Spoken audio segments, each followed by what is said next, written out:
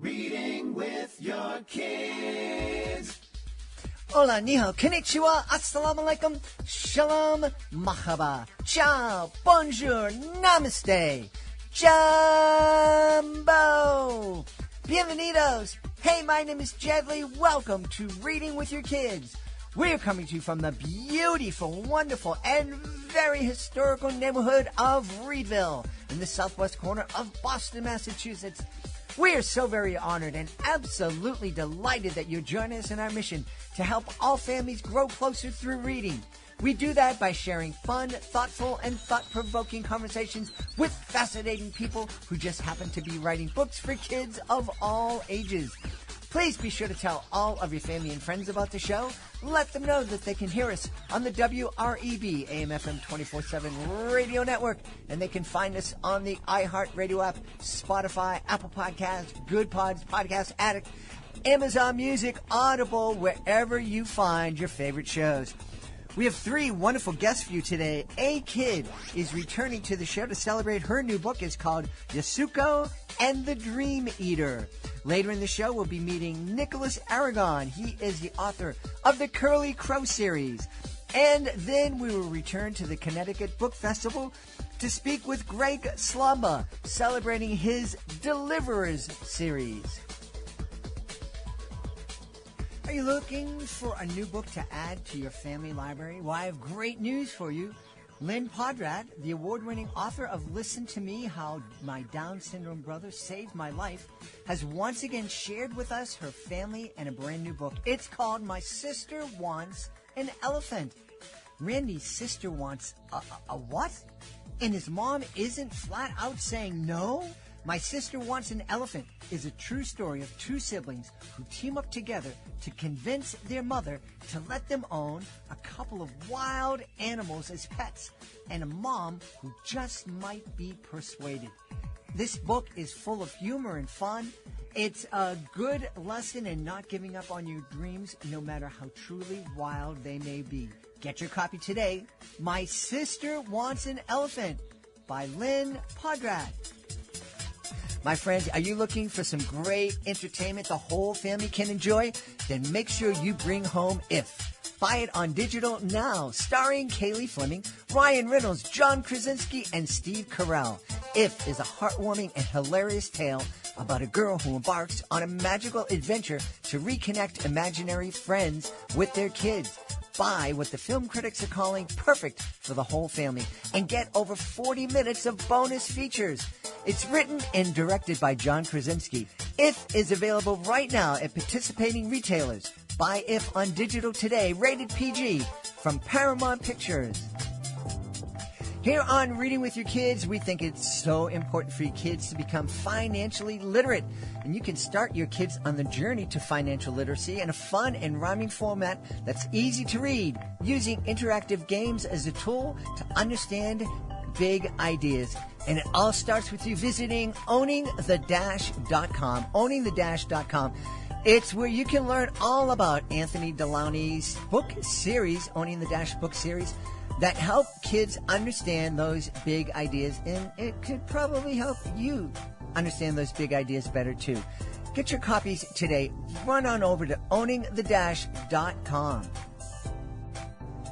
Join us right now from the beautiful state of Michigan. Our guest is returning to the show to celebrate her brand new book. It's called Yasuko and the Dream Eater. Please welcome back A Kid. Hey, how are you, my friend? I'm good. It's great to be back. Super to have you back on. Tell us about, I love the title. It's very intriguing. Who is Yasuko and who is the Dream Eater? So basically, it's inspired by a Japanese legend. And in my story, Yasuko has the same bad dream every night while she's visiting her grandmother in Japan.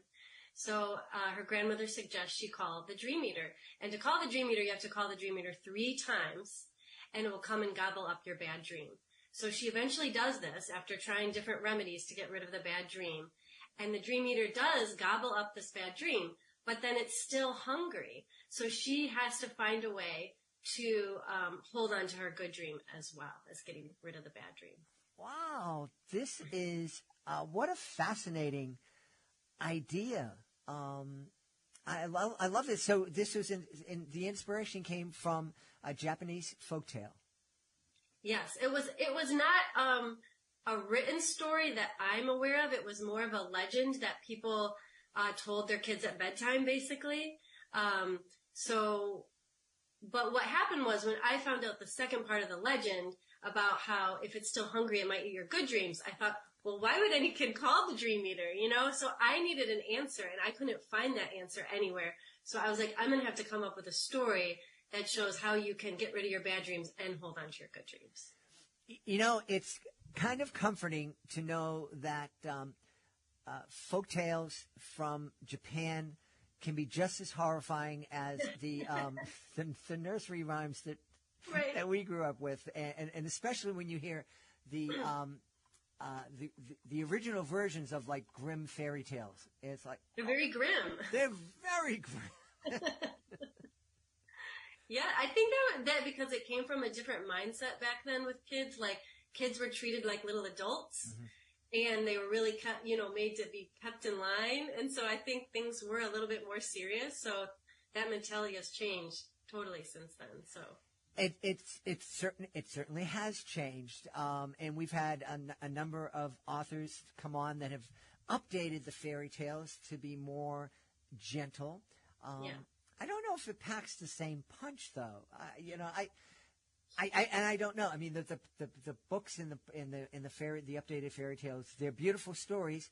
I don't know if I would have had as much fun with them when I was a kid. But they are kind of wrapped up maybe a little bit too neatly and nicely in a way that's, right, like you said, it's nice. What's interesting, though, is I think still today's kids do want things to be a little bit scary or a little bit unusual. You know, I think they can handle a little bit more than we give them credit for. I think definitely there needs to be hope and things like that. But I think, kids still do want that. Yeah. Where did your fascination with Japanese folktales come from? So my husband actually is Japanese, and he grew up in Japan, born and raised in Japan. He came here for college.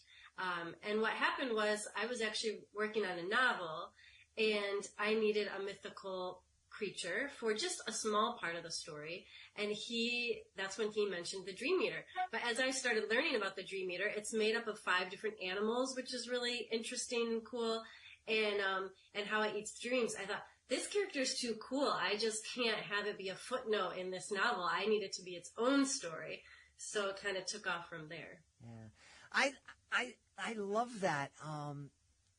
Taking something that already exists and kind of putting it into a different culture, a different situation, I think is really some great art and some great stories come from that technique.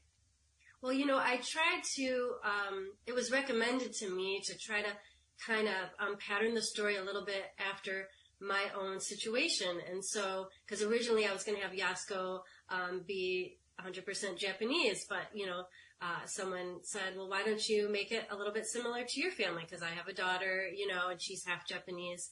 And so by doing that, I was able to make it a little bit more personal and bring, the idea of bringing 2 cultures together, which I think is becoming more common these days. And it's, I think, a really important concept, this idea that, having different backgrounds and how that makes you special. Mm-hmm. So that's why I went that way with it. Great. As a dad to 2 kids who are come from a bicultural, who are bicultural, I agree. My kids really love learning both from my Irish side and my beautiful wife's Puerto Rican side, and just combining the art. In fact, my daughter, when she was, I think it was 3rd grade, referred to herself as a Latina shamrock. That's so beautiful. Yeah. That is so cool. What is it about writing for kids that makes you happy? Oh, I think I'm just a big kid at heart, honestly. So, that's my maiden name and that's my author name. And I've always liked working with kids. I'm also a children's librarian. My favorite part of the day was always story time. And doing a picture book now, I got back into doing story time with the kids because a lot of the library visits and school visits would, include a story time. And I don't know, there's just something great about getting kids excited about reading, at the very start, and literacy and books and seeing that they can go into whole other worlds. And then I also like to encourage them to be writers too. So that's also a big part of it because I knew at an early age that that's what I wanted to do. Like at age 4, I knew I wanted to do this. So if I can encourage other young kids, just go for it from the start. Don't let go of it. Just take it and run with it. Yeah. As you're talking about the library, and I remember before my beautiful wife retired from teaching, I would oftentimes help her bring her class to the Boston Public Library, which is a really magical place, and the kids' eyes would light up. And I just had a thought of a kid walking into the library for the very first time.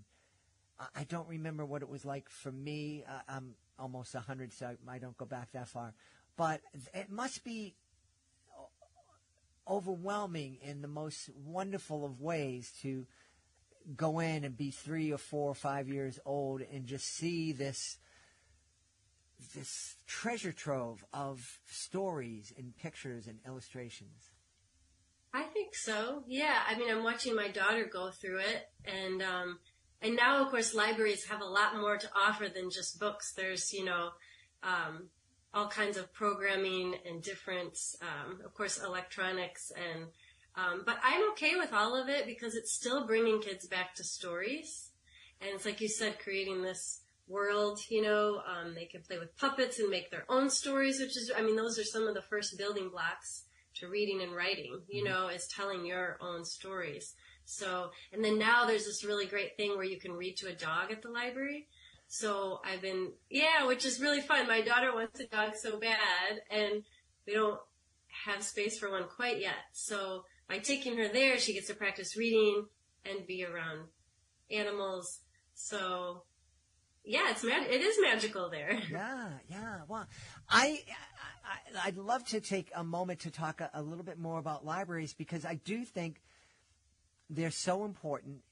And I think a lot of people, because of technology and our access to books through technology, through Kindles and laptops and our phones and whatnot, I don't want people to get the idea that the library is obsolete because it certainly isn't. It's really, public libraries are really evolving in great ways, but they're also needed because, as I used to say during the pandemic, we're all going through the same storm, but we're not all in the same boat.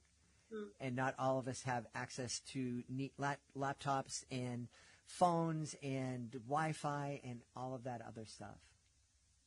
Well, it's a social institution. It always has been. It's a gathering place, and it's a place for people who maybe don't have all this great technology to go and to be able to use it.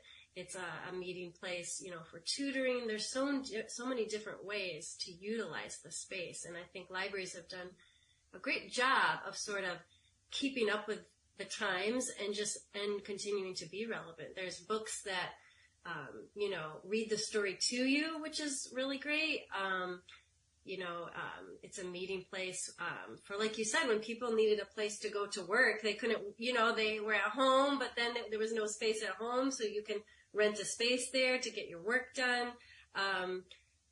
And actually now the library that I work at has a 3D printing lab, so you can get 3D things printed. It's just, they just have a little bit of everything. So, yeah, I don't think they're going away anytime soon. That's good because they're needed.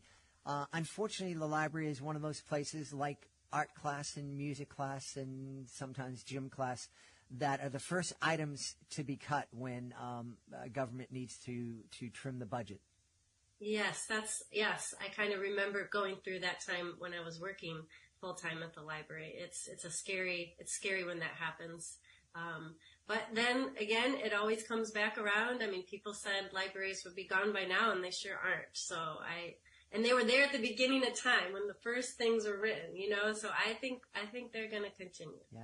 And one of the things that I share with kids is that the library was really the first internet. It was the precursor to the internet. It was the place you went to when you needed information. And the amazing thing about librarians was it seemed like librarians knew more than Google. You know, you need to find something. They'd be able to tell you. They'd have like thousands of books, but they knew for sure.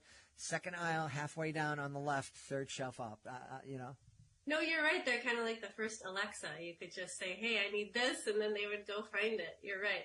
And we still need that. And I think another thing that makes libraries relevant is that there's so much information now, but we kind of lost track of what good information is, right? So, you know, at the library, there's still people you can ask who can point you to sources that, sources of information that are hopefully more correct and have information, good information. That's a really great point. Because kids do have access, and adults, we have access to a myriad of information, but a lot of it is wrong, a lot of it is incomplete, and a lot of it has been manipulated to make us feel or feel a certain way, do certain things. Yes, yeah. So I think, being able to still discern between good information and not good information, I think is just basically checking your sources and knowing what kind of sources you have, where they're coming from, I think is important. Yeah. And I hope kids are still learning that in schools. Yeah. One of the things about your book is that I think it can really inspire a curiosity to investigate other cultures. Obviously, with this book, it would be a great way to kind of launch, let's find out a little bit more about Japanese culture. And then maybe, what about China's right next to Japan? Like maybe we find out about Chinese culture or Korean culture, Vietnamese culture, maybe a little bit of our own culture that we haven't really investigated that much. What other stories from Japan are you thinking of incorporating into your writing? Oh my gosh, that's an interesting thought. There's so many different, they call them yokai. It's like different, spirits, some good spirits, some bad spirits. So I probably could go on and on if I were to go that route. But really what I'm interested in is just bringing more, I want people to know more about Japanese culture because I still feel like, there's so many, everybody talks about the sushi and sumo wrestling. And so, there's certain aspects that we know very well, but there's so much more to it that I think people don't know because it's so far. It's like Eastern and Western, totally opposite sides of the world. So I just like the idea of bringing elements like this book. I mean, one of the elements of it is that, in Japan, they don't typically hug each other goodnight. And so, I kind of wanted to show what would that feel like to a kid if they're used to getting their bedtime hug and they're not getting it anymore because the grandmother will pat her on the head. And so she and by the end of it, they clasp hands together because the hand holding is in both cultures. And she kind of realizes that's like she's getting a little hug from her grandmother. And so, I also want to tie in, it's not just learning about Japanese culture, but how can we relate to other cultures? Because I think part of the reason there's so much conflict in the world is we see it's like us versus them. Everybody does things differently. And if we can sort of learn how we're different, but we're not that different, right. So if I can do that with any other stories, with Japanese culture, I'd like to do that too, to just sort of show people the more we learn, the better. We don't need to be divided. We just learn these little things and we can come together. That's my hope. Absolutely. And Japanese culture is a wonderful culture to start with. There's a satellite campus of a Japanese university here in Boston, Showa University, and they had a friendship program.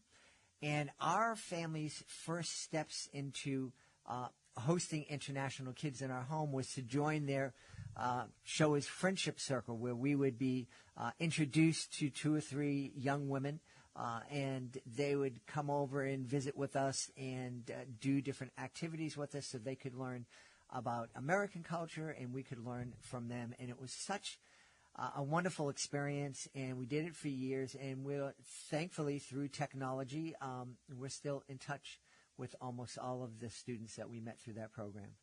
Oh, that's so cool. I didn't know you were part of that. Yes, really yes, it was. And I'll tell you, so one of the things that we didn't realize about Japanese culture, it's a very polite culture, and the culture is also, it's I don't know if forbidden is a word, but it's frowned upon to waste food.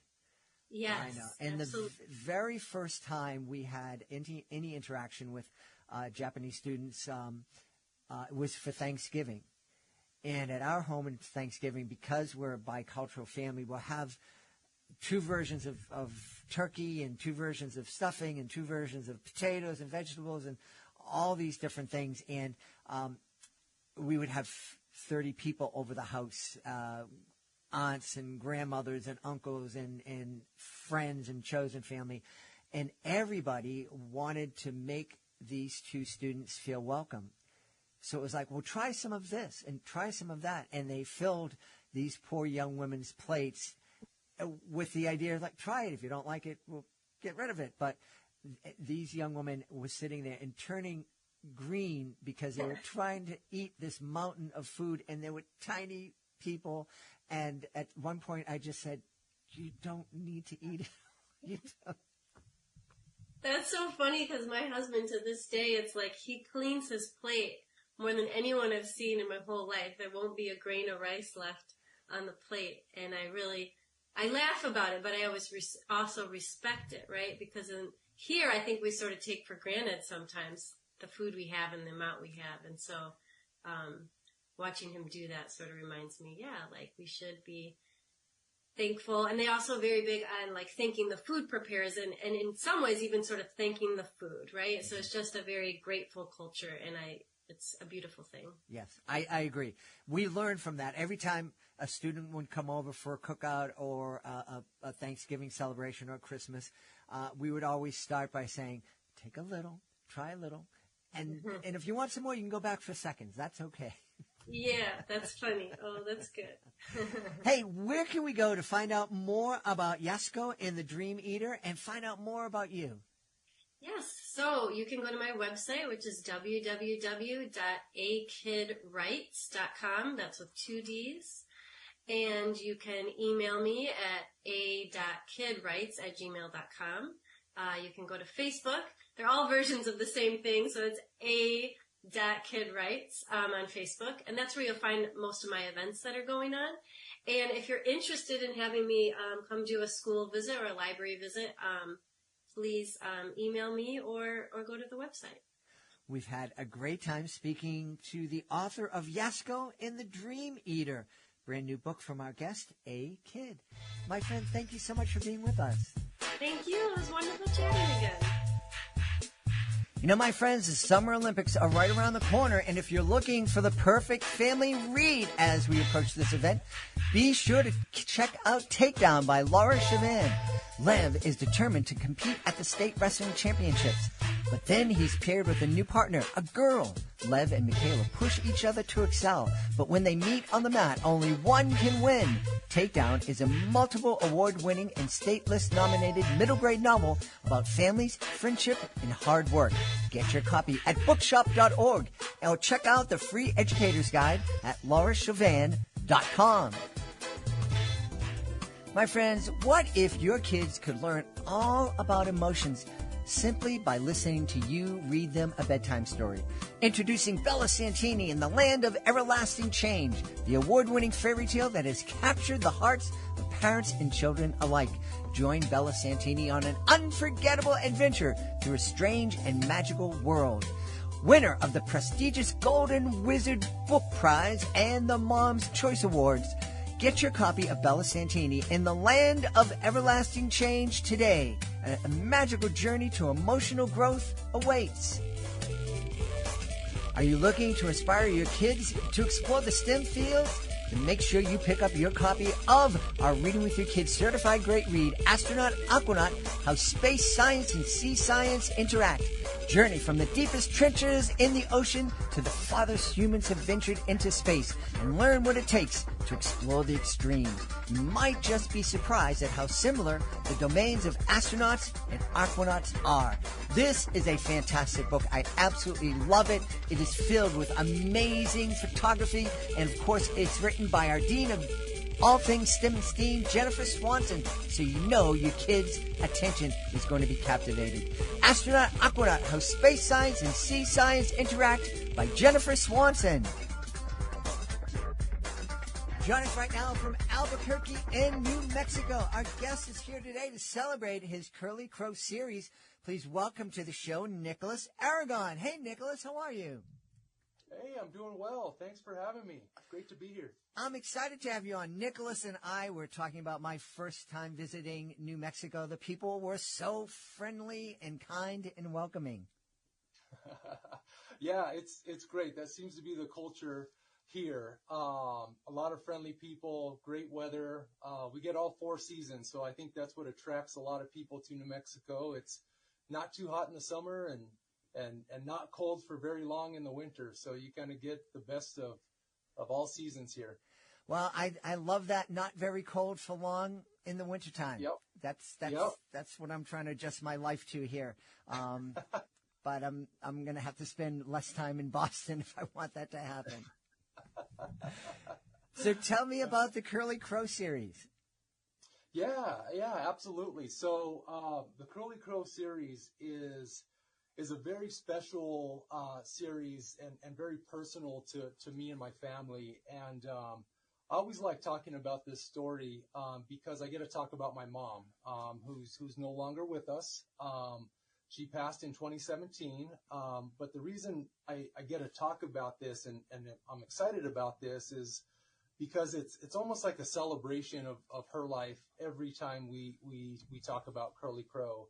And the reason is because she wrote the very first Curly Crow book. So back in 2014, she wrote Curly Crow Goes to the River. And so there's the Rio Grande River, in the bosque that runs along the Rio Grande River here in Albuquerque, New Mexico. And the story that she wrote is about a crow with curly hair. That the character was kind of made after my oldest daughter, who also has very curly hair. But this curly crow, one day, decides to fly to the river and starts to learn how all the other birds are gathering food and how birds naturally find food in the environment and the wilderness. And then she flies back to her family, who live at a cafe and scavenge food out of the dumpster. And she is able to share, there's another way to find food rather than finding food in the dumpster. And so it's a kind of a mix of fiction and nonfiction in the book that my mom wrote. And we kept everything original in that book, all of her original drawings, all the original story. And so the reason it's so special is because she came to me around 2016 or so, and she says, "Hey, I've had this book. It's been sitting on my shelf for 3 years. I really want to get it published. I don't know what I'm doing. I need some help."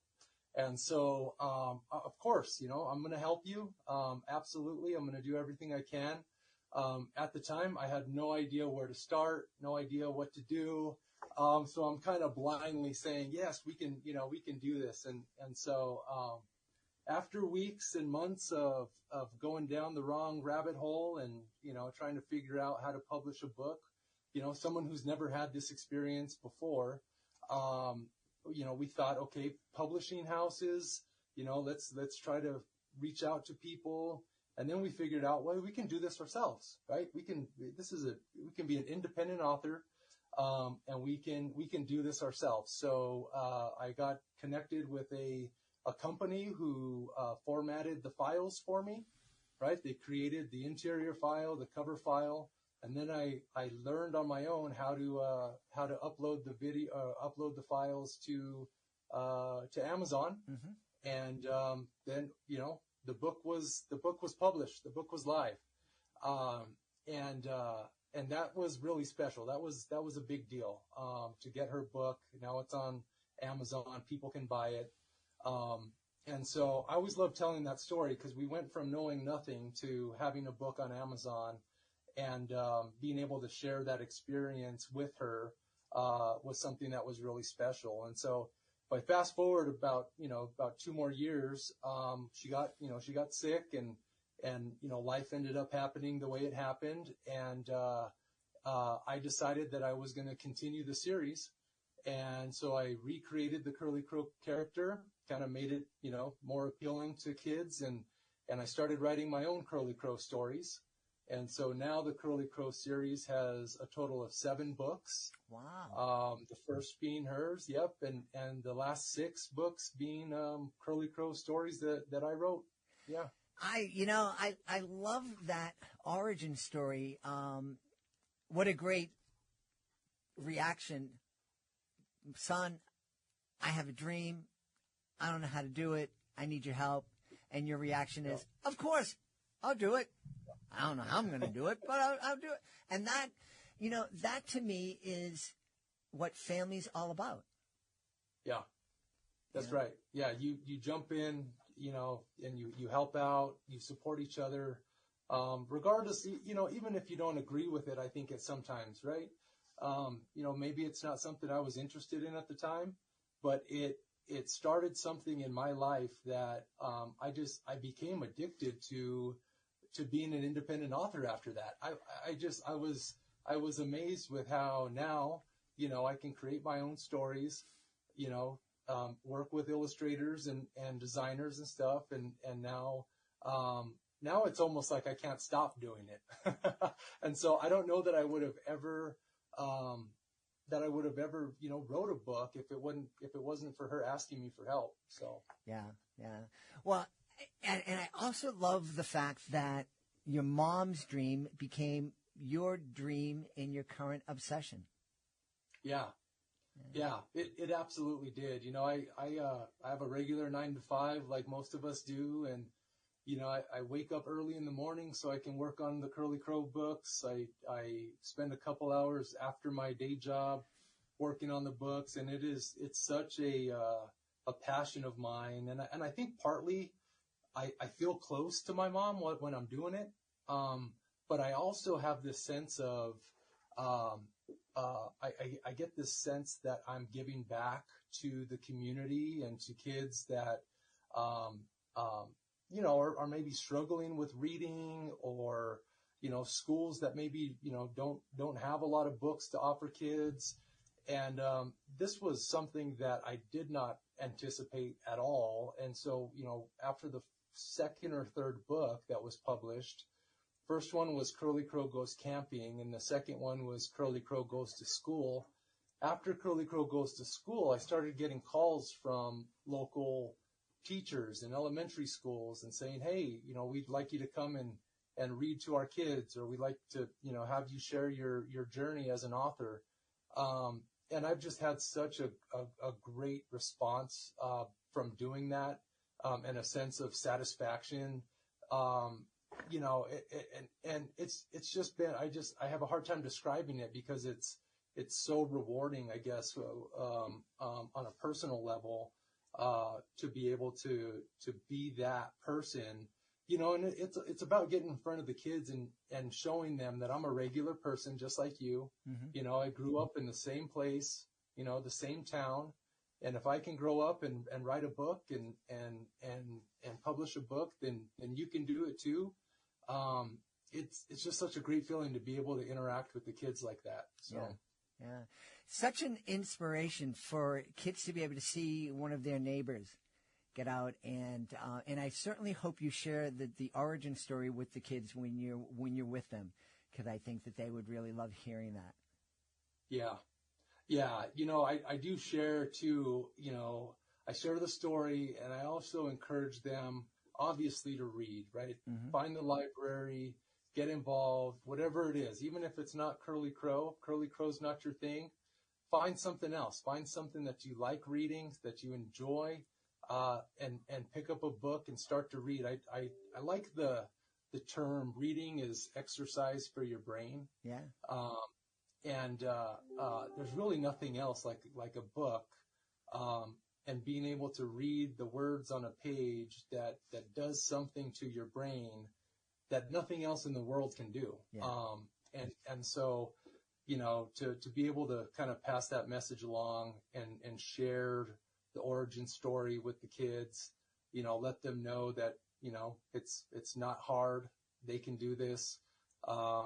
It's just been, and I'm excited to, see where this goes. I have some more ideas around, a couple other Curly Crow stories that I'm working on now.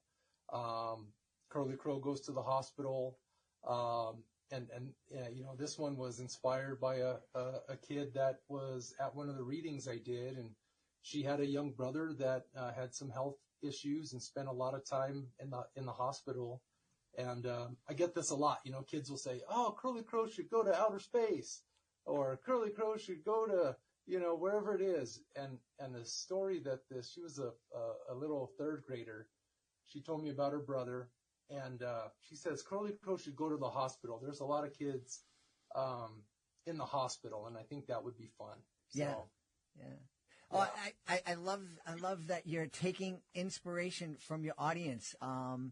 That's like hiring a marketing team to find out what should the next book be. You don't have to hire the experts because you're talking to the kids who are going to want to read the books. Yep. Yeah. Yep. Yeah. Can't get any better than that. It really can't.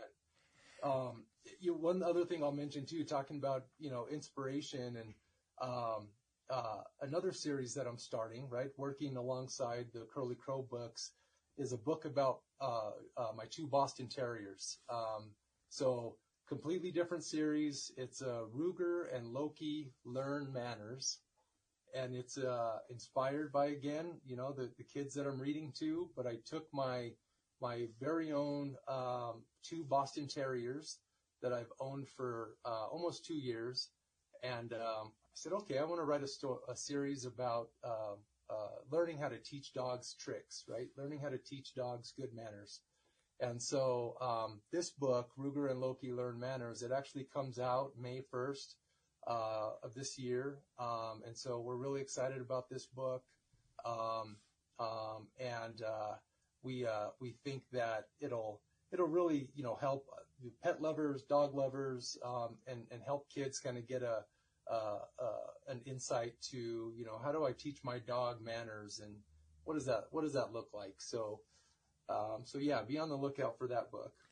Well, that's really super. And I'm imagining that your mom is looking down on you and smiling. Yeah, I like to think so, and thanks for saying that. I do. I think she'd be beside herself. I really do.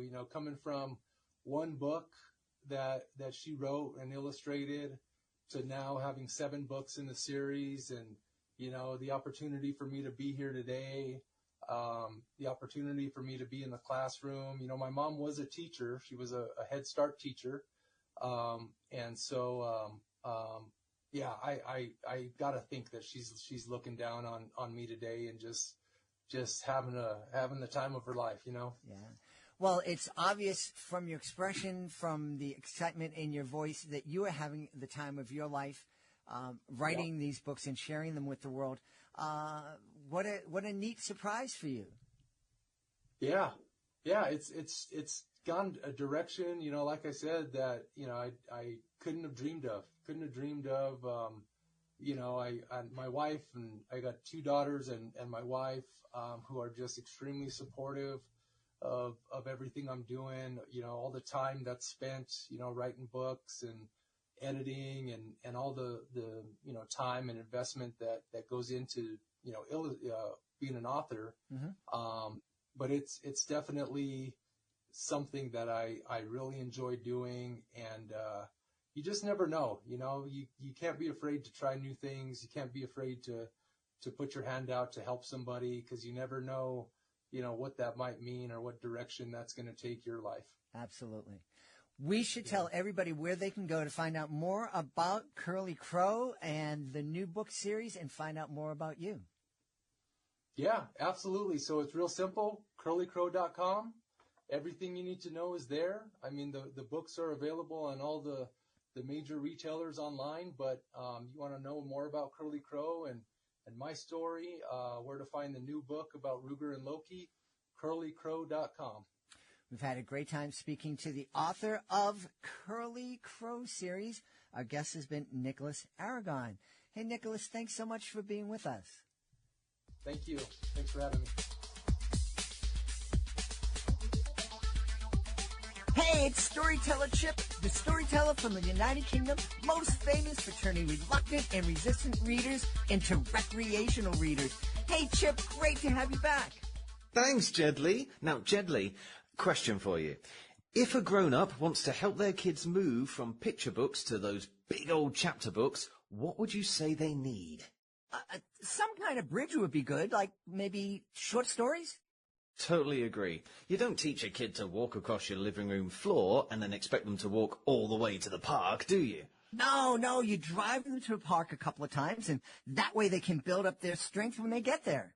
Exactly. And that way they get to see just how amazing the park is, and so before long they want to walk all the way there.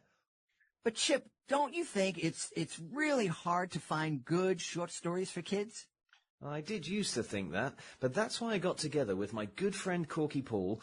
You know him, right? The award-winning illustrator of Winnie the Witch? I know Winnie the Witch.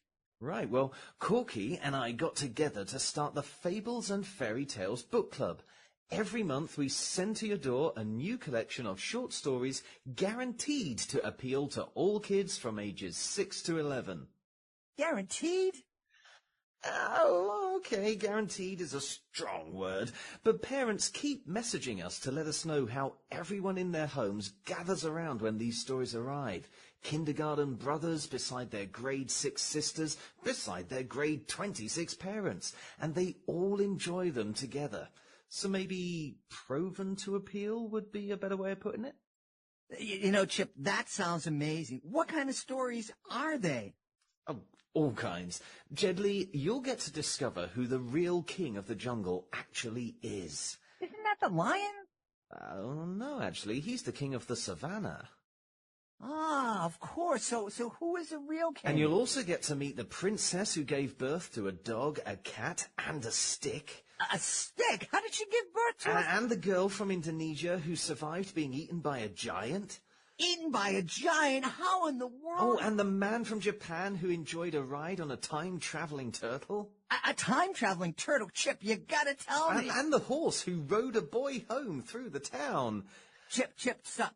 These stories sound incredible. How do I join the Fables and Fairy Tales book club?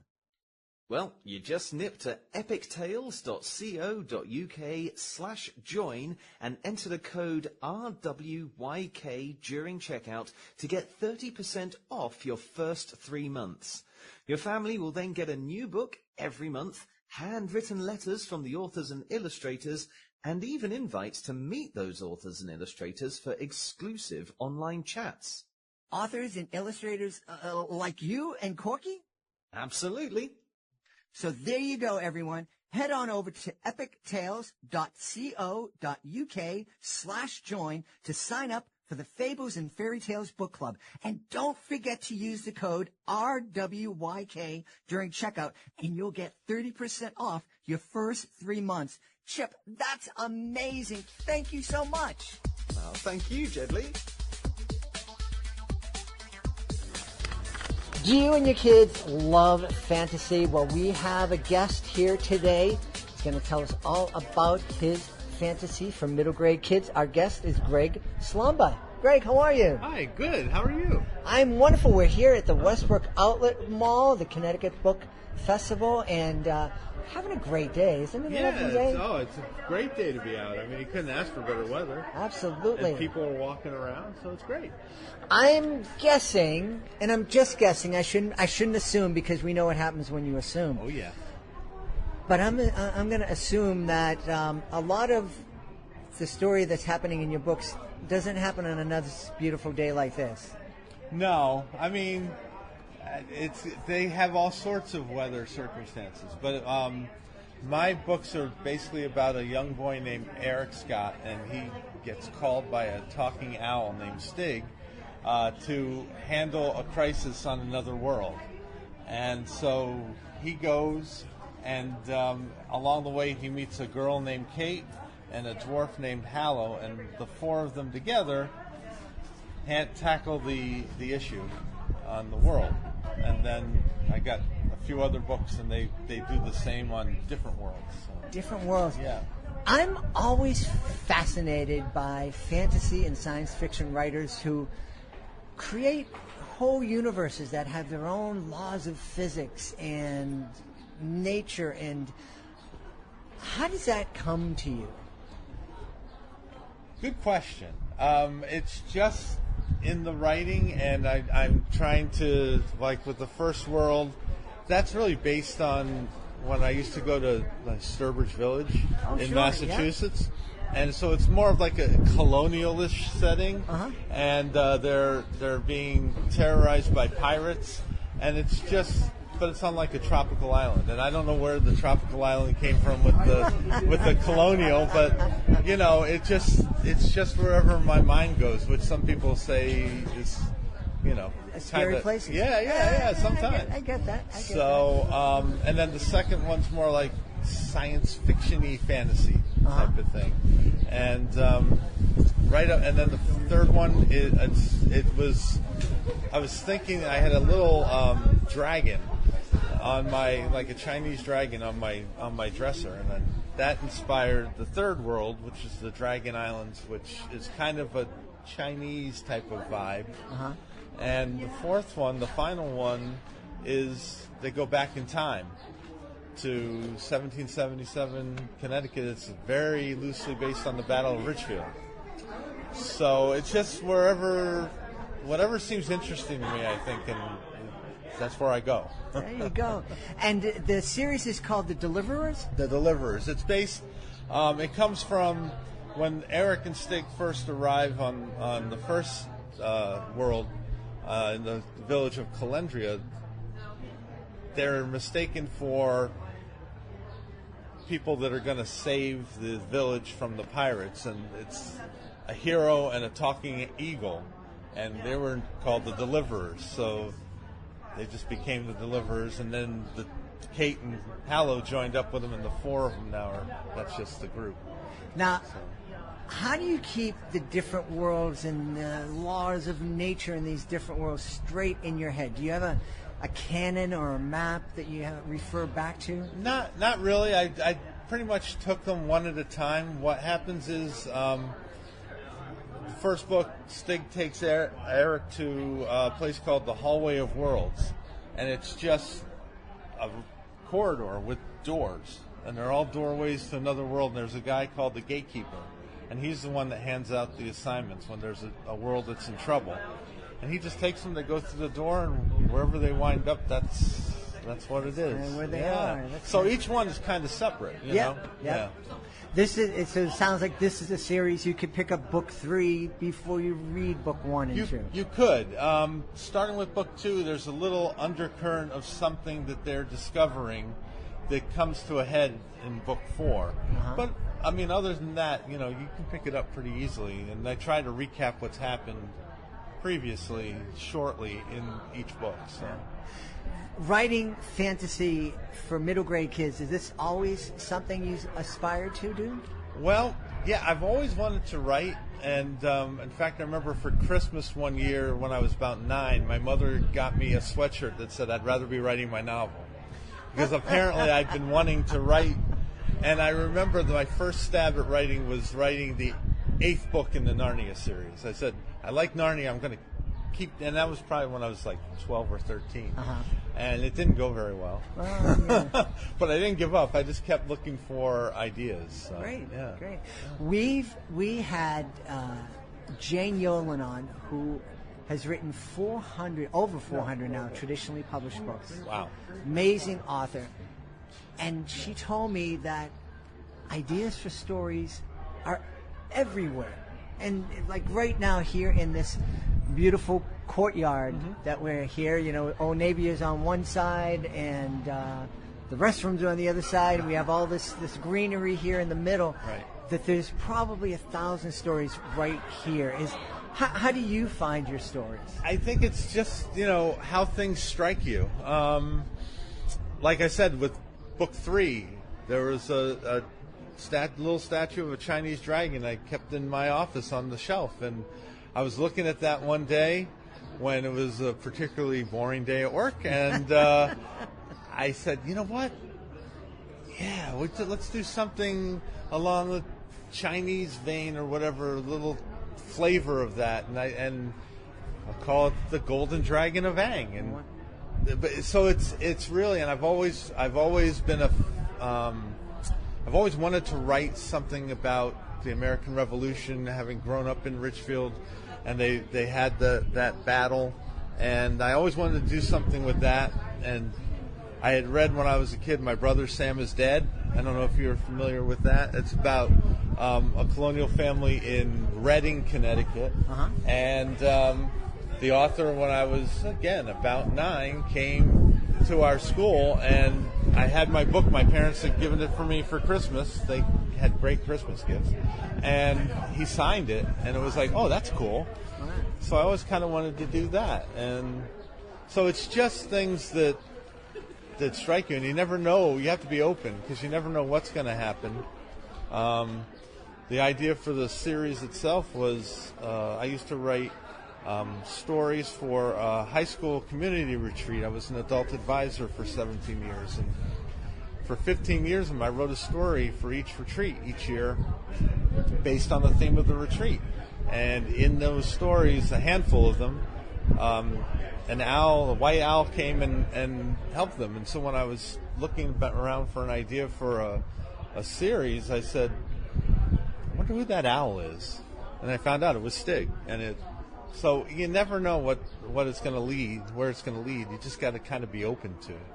Well, I want you to be open to an idea. I'm going to plant the seed, maybe book 5, maybe book 9. But our studios, Reading with Your Kids Studios, is in the lovely neighborhood of Reedville in Boston, the southwest corner of Boston. Nice. It has a great deal of history. It had been, because there's a railroad depot there, and had been an Army training ground.